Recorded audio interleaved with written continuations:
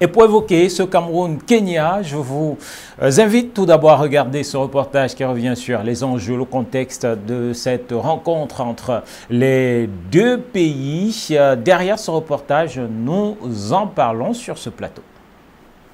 Ahead of the double-header AFCON qualifier game against Kenya on the 11th and 14th of this month, a list of 32 pre-selected players has been released on Monday evening by the coach of the Cameroon senior national team, Mark Brice. The pre-selection list comprises of 3 goalkeepers, 12 defenders, 9 midfielders and 8 attackers, with 6 new Cameroon internationals given the opportunity to play for their nation and 2 making the list after some time out. Flavian Boyomo, who impressed for Osasuna over the weekend against Barcelona, and Dani Namaso of Porto were selected for the first time since Rigobert Song's era. 6 players, including Dina Ebimbe of Frankfurt in Germany, Oriol Bisek of Inter Milan in Italy, and Niki Beloku of FC Luzern in Switzerland, are the new faces selected by the Gaffer, although there are reports of 3 of those new faces asking for a rethink. Mark Brice also announced the unavailability of Harold Mukudi, Ivan Niyo, and Ivan Dibango due to injury, despite their names featuring in the list. It should be noted that the final list is expected to be published before the Cameroon-Kenya first leg clash, which will hold at the Japoma Stadium in Douala. Elsewhere, the World Football Governing Body FIFA has banned Fecafoot president Samuel Eto'o from attending games played by Cameroon's men or women national teams of all categories for a period of 6 months. This was made known in a statement released yesterday by FIFA, with the cause of the sanction being linked to the aftermath of the Under-20 Women's World Cup round of 16 game against Brazil, where Eto'o portrayed offensive behavior towards match officials, according to the statement, in a bid to protest against the bad officiating done during the match, which caused Cameroon's elimination from the competition. This is not the first time this year that Samuel Eto'o has faced a sanction, with the last being a $200,000 fine imposed by CAF due to the signing of an ambassadorship contract for betting company 1xBet.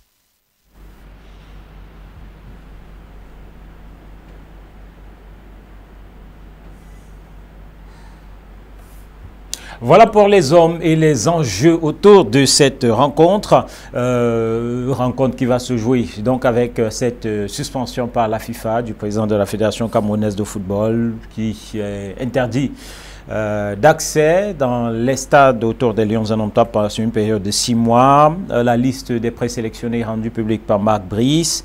La petite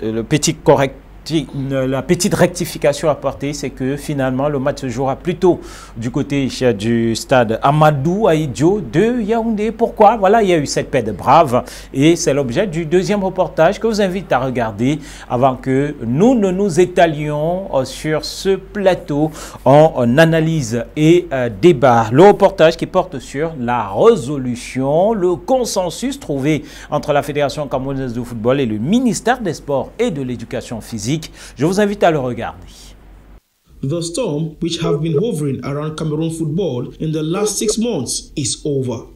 Fecafoot and MISEP, who had been at loggerheads over who to control the affairs of the senior men national team, has in a joint statement published yesterday put together a new joint technical staff to work with head coach Mark Brice, an indication that both bodies have buried their hatchets. Among those selected to work with the Belgian are assistant coaches 1 and 2, Ntungu Impile Martin and David Pago respectively, goalkeeper trainers Idris Kameni and Alion Buka, supervisory analysts Francois Omambiyik and Ashu Cypran Besong, team press officer Ndo Thierry Eli, amongst others. Those excluded from the list of new appointees include MISEP appointed staffers in Didier Benjamin Banlock, Danny Nonker, Jamen Noel Esenge, and William Ngachu, with Fecafoot appointed Benoit Amgwa completing the list. Cameroonians have welcomed this latest development with open arms. It's a very good thing. We are all Cameroonians and we should be one.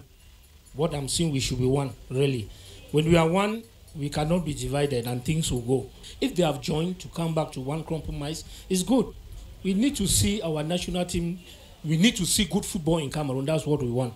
Nous sommes fiers pour le fait que le ministère des Sports et la FECAFOOT. We are really proud of the fact that the Ministry of Sport and FECAFOOT have finally resolved the problem they have been having ever since. We are really proud because it was our country that was looked down upon all over the world. Tout le monde entier, presque tout le monde entier. Mr. Samuel Eto'o and Professor Mwele, if they be together, then they get one staff, they get one technical staff. It means say they look now for the same direction. They get the same objective. And if they two get the same objective and the same direction, means say we will get good results. With almost a week left to the kickoff of the 2025 AFCON qualifier doubleheader against Kenya, the compromise reached between both Cameroon football powerhouses will serve as a morale booster to the players, coupled with a serene environment which is essential for the team's well-being ahead of October 11th showdown. Allez, voilà pour ces reportages qui plantent le décor. On peut donc désormais parler, on va revisiter ou revoir le tableau donc, de ces 18 membres de l'encadrement technique, administratif et médical des Lions indomptables du Cameroun. Une paix des braves finalement trouvée. Sylvain Kwambi, bonsoir à vous. Allez, Sylvain Kwambi, que nous allons retrouver dans un instant. On commence par vous. Une paix des braves, un consensus finalement trouvé. Certains estiment ça arrive au bon moment. Il le fallait. Je me souviens une fois sur ce plateau que j'avais fait le parallèle entre la FECAFOOT et une entreprise privée ou publique qui fonctionne. On ne peut pas imposer à un DG, un staff avec lequel il ne s'entend pas, si on veut que cette entreprise produise les résultats. Il faut une espèce de communion entre les gens qui travaillent ensemble. Si le président et l'entraîneur qui sont censés collaborer ne s'entendent pas et qui passent le temps à s'envoyer les pics, ça va, ce sont les joueurs et le peuple camerounais qui vont en pâtir. Donc il était temps que cela cesse et moi j'attendais que ce soit juste confirmé. Ok, que ce soit confirmé. Sylvain Kwambi, bonsoir à vous.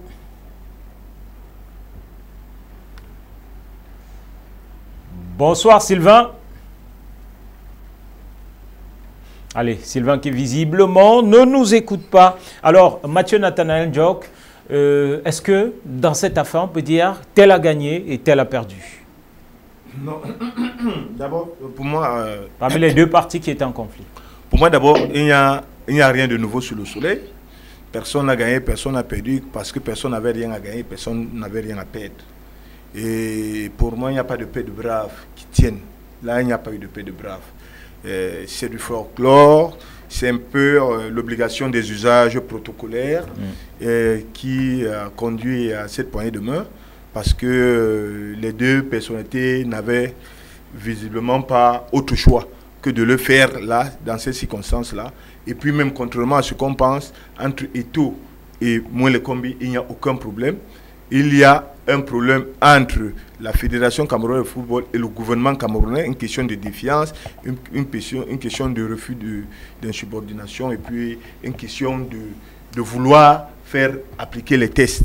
C'est tout. Donc, le reste là, c'est du folklore. Je vais simplement vous dire que ce qui s'est passé là, avec cette liste consensuelle unifiée, ce n'est pas les hautes instructions qui ont conduit.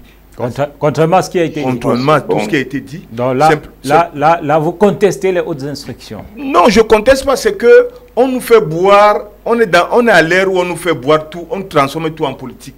Aujourd'hui, si vous regardez bien dans la sphère de la gestion du pays, aucun dirigeant d'une institution étatique ne pose plus un acte parce qu'il est intelligent, parce qu'il apporte une contribution au chef, à la vision du chef de l'État. Chaque acte qu'il pose, c'est sur instruction du chef de l'État. C'est-à-dire que le chef de l'État, ils sont devenus comme des coursiers. On ne peut pas réduire. À ce moment-là, ils ne se réalisent même pas qu'ils se réduisent en coursiers et qu'ils sont en train d'insulter leur propre intelligence. Peut-être une question de système aussi. Oui, c'est une question de système. Même nous qui sommes des journalistes et qui savons fouiller, je peux vous dire que ce n'est pas les hautes institutions. C'est simplement qu'ils étaient obligés de le faire parce qu'ils ont été mis le pied à l'étrier. Si vous, les gens ont souvenance, à la conférence de presse de Garoua, Marc Brice a dit aux journalistes qu'au prochain regroupement, il y aura un staff définitif. Les gens ont dit ça et chacun est passé. Et sur il faut dire que beaucoup n'y croyaient pas aussi. Voilà. Ou alors beaucoup pensaient qu'il parle. Sur ce plateau, je l'ai dit il y a 2 semaines, on m'a rabroué que je comptais sur quoi. Et je dois le rappeler, après les déconvenus qu'il y a eu lors de la première, deuxième journée des éliminatoires de la CAN, Brice était exaspéré et il a clairement écrit aux autorités pour dire, au ministre des Sports pour dire que lui, si rien n'est fait, n'est arrangé, dans ce climat-là, il ne peut pas. Surtout quand il perd son assistant dans les conditions de travail, dans les conditions-là, parce qu'on voit le nuit, il a dit, il dépose le tablier. Lui ne revient pas si ce n'est pas arrangé. Et il a travaillé le système, la stratégie avec ses joueurs. Les joueurs simultanément ont écrit, ont rédigé une lettre pour dire que eux aussi ne revenaient plus en équipe nationale tant que la situation n'est pas réglée, parce qu'ils étaient sabotés avec les lettres qui partaient à tort et à travers dans leur club, qui est leur gagne-pain. Ils ne peuvent pas, parce qu'ils viennent sous le drapeau pour honorer le vert ou jaune. Ils se retrouvent en train de perdre leur emploi et perdre ce qui les fait vivre et fait vivre leur famille. Donc, ils étaient durs sur ce, ils étaient durs dans le temps et on a cru que la lettre va fuiter. Tout a été fait pour que les 2 lettres ne fuitent pas. Et le secrétaire général a reçu Brice à la présidence de la République et après il a reçu les délégations Gandhi et le capitaine Aboubakar à qui on a donné des assurances que cela va se régler. Et cela a été... C'est-à-dire que ce n'est pas, en ce moment, ce n'est pas les hautes institutions, c'est une pression de la tanière, dans la tanière qui vient mettre le faux pour. Le président de la République a donné des instructions, les gens ont outrepassé les instructions. Ce n'est pas cette dernière instruction qu'on va me dire que les gens sont venus curieusement à appliquer. Très bien.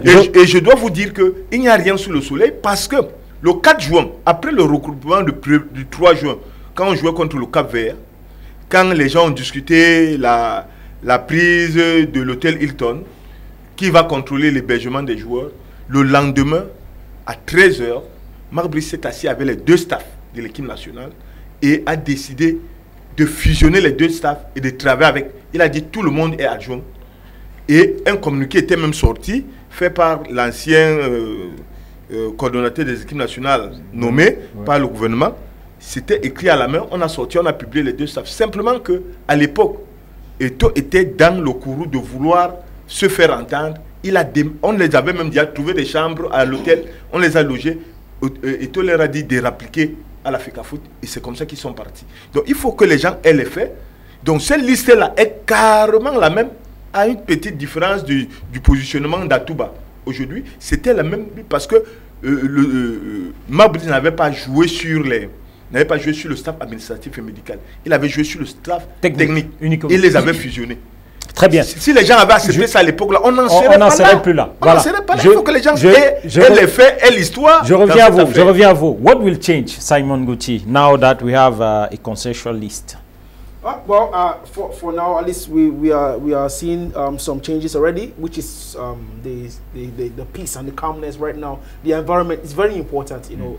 Going towards going ahead of a crucial match like Kenya, you need a peaceful and serene environment, and that's exactly what we are already seeing in this particular encounter.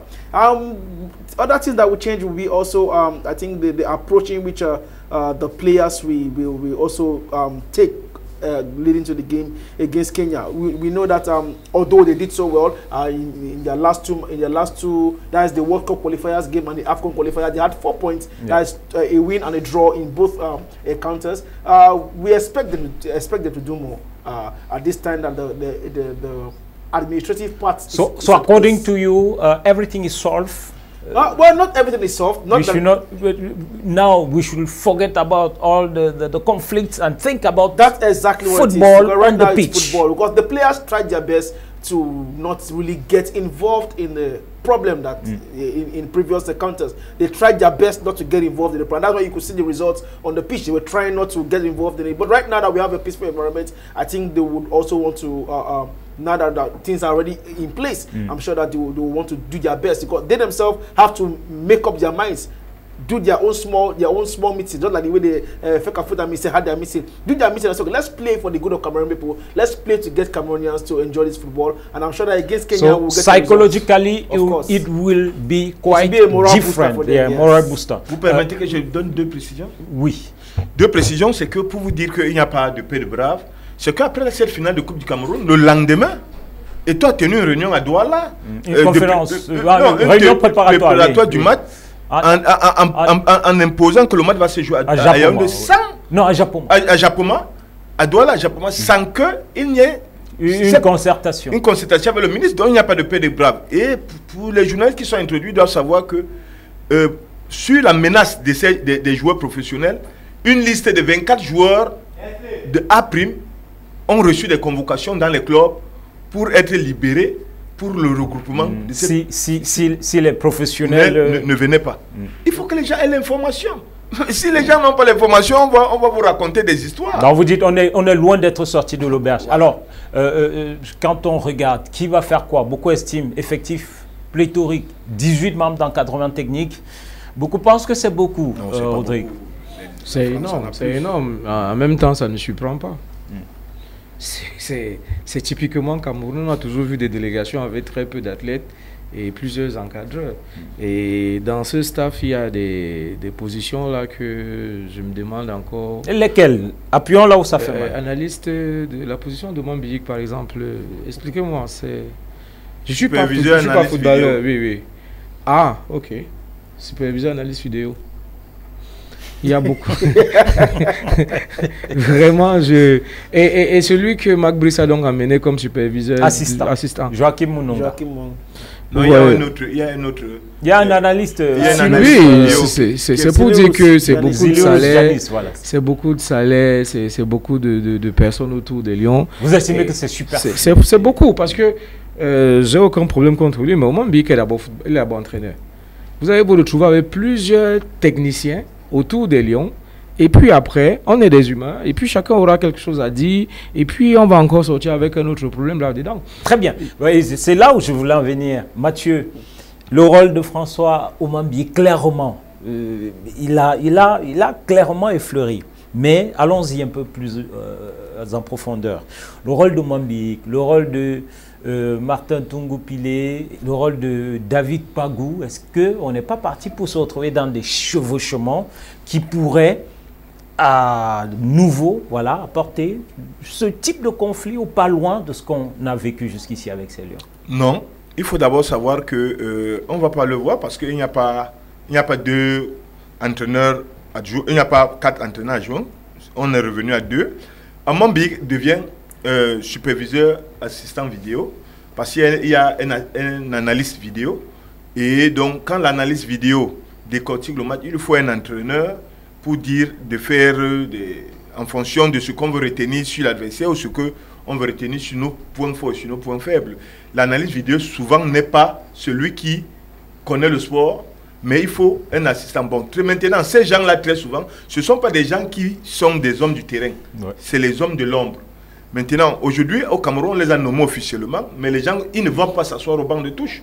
Ils ont un travail très souvent. Qui est en back-office. Ils sont en back-office. Ils travaillent avant les matchs, des mois avant les matchs et après le match pour analyser les faiblesses là, et pour permettre à l'entraîneur de lire les performances de chaque joueur, ceux qui ont marché, le nombre de kilomètres que chacun a fait. Et puis, en dehors de ce qu'on a cité là, il faut savoir que cette équipe nationale a plein d'autres. Il y a des caméramans, il y a des infographes, il y a notre ami Sass qui est là-bas, il y a le responsable matériel, il y a le chauffeur, il y a les agents de sécurité. Donc vous voyez 18, ce n'est pas trop. Dans d'autres équipes nationales, on vous disait quand Wagen, comment on l'appelle, l'entraîneur allemand. Jürgen Klinsmann. Non, pas Jürgen Klinsmann. C'est quand Beckenbauer entraînait l'équipe d'Allemagne, il avait au moins 10 autres entraîneurs qui consultaient, qui le décortiquaient le match, qui lui donnaient les éléments sur lesquels lui, il était seulement un manager. Donc, chez nous, c'est parce que, il y a un communiqué officiel, mais ailleurs, même si on vous donne un communiqué de 10 personnes, derrière, il y a parfois une autre vingtaine. Non, les Deschamps travaillent avec eux. Non, on a l'entraîneur national ici de Sambou. Oui. Il sait que quand on dit que, surtout quand ils sont en stage, officiellement, voici les entraîneurs qui sont en stage, mais souvent ils se font renforcer par les entraîneurs régionaux, provinciaux, régionaux et ceci, c'est là pour venir les appuyer en stage, parce qu'en ce moment, vous avez 30 joueurs, pour les observer tous, vous ne pouvez pas. Vous avez besoin d'une main, vous avez besoin d'autres appuis, très souvent, mais on ne le sait pas. Il ne faut pas qu'on s'attarde sur la pléthore de ces gens-là. C'est parce que tous ne vont pas s'asseoir au banc. On sait ceux qui vont s'asseoir sur le banc de touche. Voilà. Mais pour moi, simplement, ce que je veux dire, c'est que il faut savoir que tant qu'on ne va pas arriver au team coaching dans ce pays où l'entraîneur sélectionneur vient et choisit ses adjoints, nos adjoints, ce sera toujours compliqué. Nos adjoints nationaux, je vous relance par rapport à ça, parce que on sait qu'il y a eu des fricotements entre Brice et lui qui, à un moment, ne voulait pas véritablement travailler avec notamment Martin Togoupilé et David Pagou. Voilà, aujourd'hui, il faudra trouver le moyen de créer une sorte de synergie, ce qui n'est pas gagné au vu de tout ce qui s'est passé, toutes les échauffourées depuis son arrivée. C'est vrai, collaborateur, c'est Manouvrier et Mulunga. Ce sont ses vrais collaborateurs. Moi, j'étais dans la tanière des Lions de 2000 à 2006. Je connais comment ça se passe. Tous les entraîneurs qui étaient là, avec leurs assistants, c'était le préparateur physique, le vrai. C'est même lui le vrai entraîneur. L'autre fait seulement vraiment le management. Même le Claude Leroy n'était pas... Vous avez vu, quand Claude Leroy est venu en 98, il avait le chantre. C'est le chantre qui faisait tout le travail. Lui, il était seulement le manager. Il jouait sur la préparation psychologique et morale des joueurs. Mais il savait que les rapports techniques, la performance des joueurs, ce qui est prêt, qui n'est pas prêt, c'était avec le chantre. C'est comme ça que ça se passe. On a un entraîneur sur la table. Quand il travaille, il sait que si c'est lui le principal, il s'appuie sur les préparateurs physiques, sur ceux qui lui donnent un autre regard. Tel joueur, il est en train de performer aux entraînements, on ne l'attendait pas, mais il est en train de donner un plus. Donc ça pourrait être ça le rôle de ses adjoints? Ces adjoints-là, je ne vois pas ce qu'ils vont lui apporter. Très bien. Ça serait du folklore. alors, à côté de cela, voilà, on attend donc la liste finale. Dans le reportage de Sanyouti tout à l'heure, on a regardé la liste des 32 présélectionnés. Pour beaucoup, pas grand-chose à dire, même si certains estiment qu'il y a des joueurs quand même d'un certain âge qui pouvaient déjà être mis de côté. Je suis d'accord. Il y a des jeunes auxquels il aurait pu faire confiance, voilà, qui ne sont pas appelés. Donc, voilà, ce sont les petites contestations, ça et là, par rapport à cette liste. Mais à côté, puisqu'on reviendra forcément sur la liste finale dans une autre émission, à côté, il y a cette affaire, cette suspension de 6 mois du président de la Fédération camerounaise de football qui a fait glouser, jaser depuis sa sortie. 6 mois à ne pas s'approcher des équipes pendant les compétitions. C'est dur. C'est très dur pour un responsable, c'est très dur pour quelqu'un qui estime que il aime son pays et qu'il a besoin de motiver ses gars, mais en même temps 6 mois c'est pas aussi beaucoup, sauf que moi je trouve que c'est très dur. Donc il faut supporter. C'est une sanction, qu'est-ce qu'on peut y faire, surtout qu'elle a déjà pris effet. Simon, how have you appreciated that decision from FIFA banning the president of Cameroon Football Federation 6 months? It's enough, man. It's a lot. It's sort of a mixed reaction, you know. To me, it's mixed reaction. You know, we know Samuel Eto'o as someone who, when he goes for something, he goes with full force. We know his emotions. We know he's emotional. We saw that with McBrice some time back. But you know, it's just that the law is the law. Despite the fact that we like it and everything, but the law is the law. We don't really know the intensity of the confrontation. Now we don't know. Because Fekafu released the communique saying that it was a normal, it wasn't that intense and so on. But c'était pas grave. Yeah, so we don't know the intensity of the confrontation, you know. But on a clear note, we know that the match against Colombia and the Brazil, the referee was really biased in that match, and it was clearly seen. But now, one thing is to see especially the match against Brazil. Especially the match against Brazil. One thing is to see how the match go, and that is now is the way you present your case. You understand me? We don't know the way he presented the case. We don't know. We're not there. Was Fecafoot now giving 6 months? Maybe to Fecafoot they took it the wrong way, or maybe to FIFA, maybe they took it the wrong way, or maybe he really did confront the people, the referee in a very harsh way, and it's even in the Premier League or anywhere in the world, if you have a complaint and you go aggressively against the official, you'll be sanctioned. So right now we don't know what happened, but the law is the law. 6 months is a long time, but I think let's see how it goes, because you are hearing that Eto'o wants to appeal the case and so on. We'll see how it goes. Oui, quand il parle d'intensité, je me souviens qu'au lendemain de l'élimination de Lyon, la jeune Eto'o avait dit que le président leur a interdit de faire tout commentaire sur l'arbitrage, peut-être parce qu'il préparait, il savait que laissez ça, je vais gérer. Maintenant, on a vu comment il a géré. Donc, même comme certaines joueuses n'étaient pas allées de main morte pour fustiger cet arbitrage. Alors, 2 sanctions quand même, la même année pour le président de la fédération. Mathieu Nathanaël, sanction de la commission disciplinaire de la CAF, sanction là de la FIFA.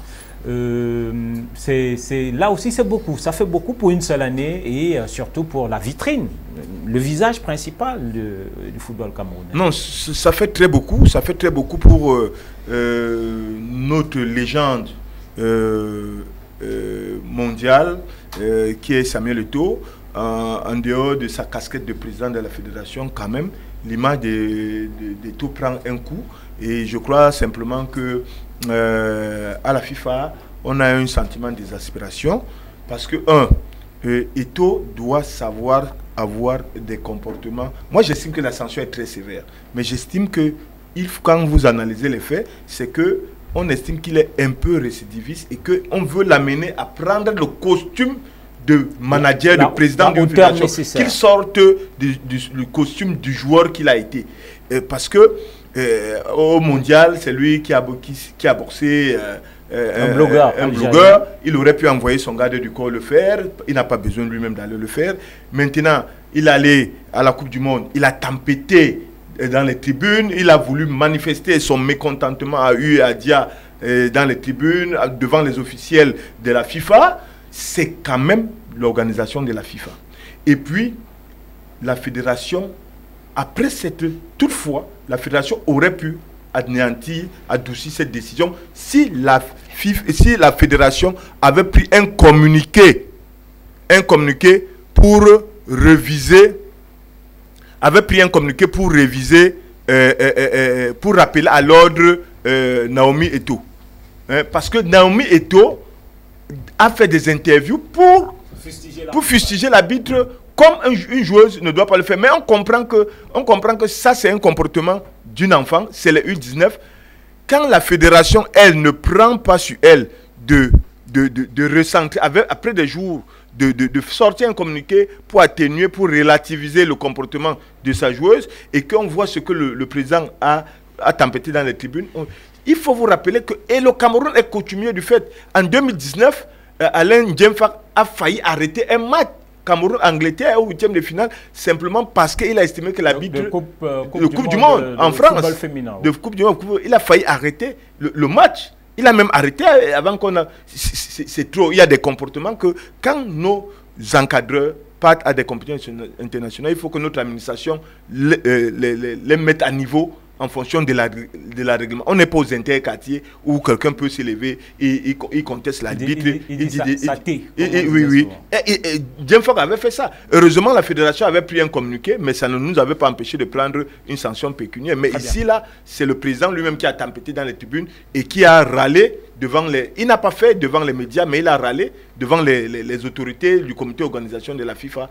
Et c'est pourquoi on a pris cette sanction. Bon, mais je crois que c'était quand même... Mais lui-même, il s'attendait à une sanction, mais il estimait que ce serait, serait pécuniaire et ce ne serait pas... Mais là, ils sont allés de... Allez, ça fait 2 sanctions en une année. Et donc, Monsieur le Président, il faudrait baisser un peu les ardeurs. On prend la transition et derrière, on va terminer avec du sambo et du cyclisme.